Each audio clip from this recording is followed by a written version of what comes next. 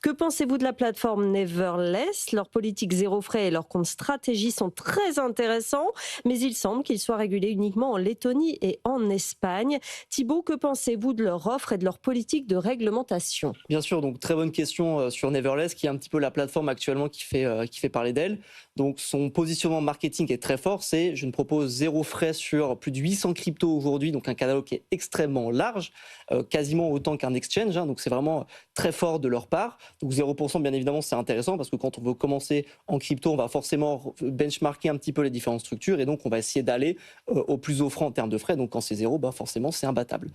Deuxième service qu'ils propose aujourd'hui, Neverless, c'est un produit de rendement à hauteur de 9%, qui est pareil très intéressant parce que 9% de rendement sur des euros, c'est assez rare. Oui. Aujourd'hui, pour vous donner un ordre d'idée, le rendement moyen de l'indice S&P 500, donc, qui est le plus tradé au monde, est à peu près de 10% par an, ce qui est déjà très important. Donc 9%, forcément, c'est intéressant, surtout sur des euros qu'on pourrait donc placer potentiellement, non pas sur un livret A à 2%, mais plutôt sur ce genre de profil.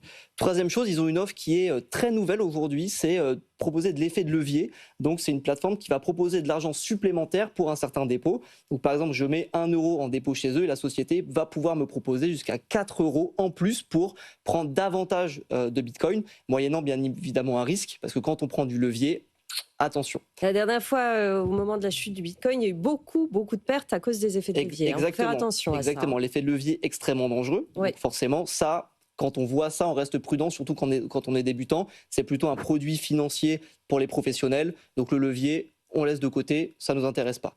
Au niveau du produit de rendement à 9%, j'ai creusé un petit peu le sujet. Il propose donc des stratégies d'arbitrage.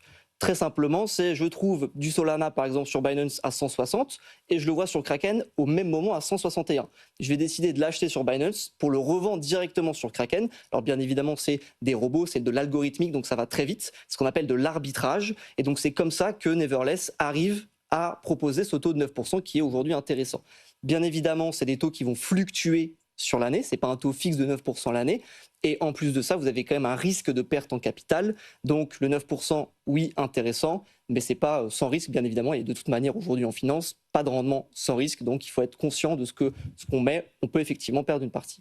Oui, une fois Important. encore, il faut se connaître en tant qu'investisseur. C'est ce qu'on disait tout à Exactement, il l'heure. faut se connaître en tant qu'investisseur. Oui. Et dernier point sur les frais à 0%, très intéressant. Maintenant, pour apporter un petit peu de nuance, des plateformes à 0%, parfois sur certaines plateformes, on a ce qu'on appelle du spread, qui sont des frais potentiellement un peu cachés qui peuvent s'ajouter à certaines transactions.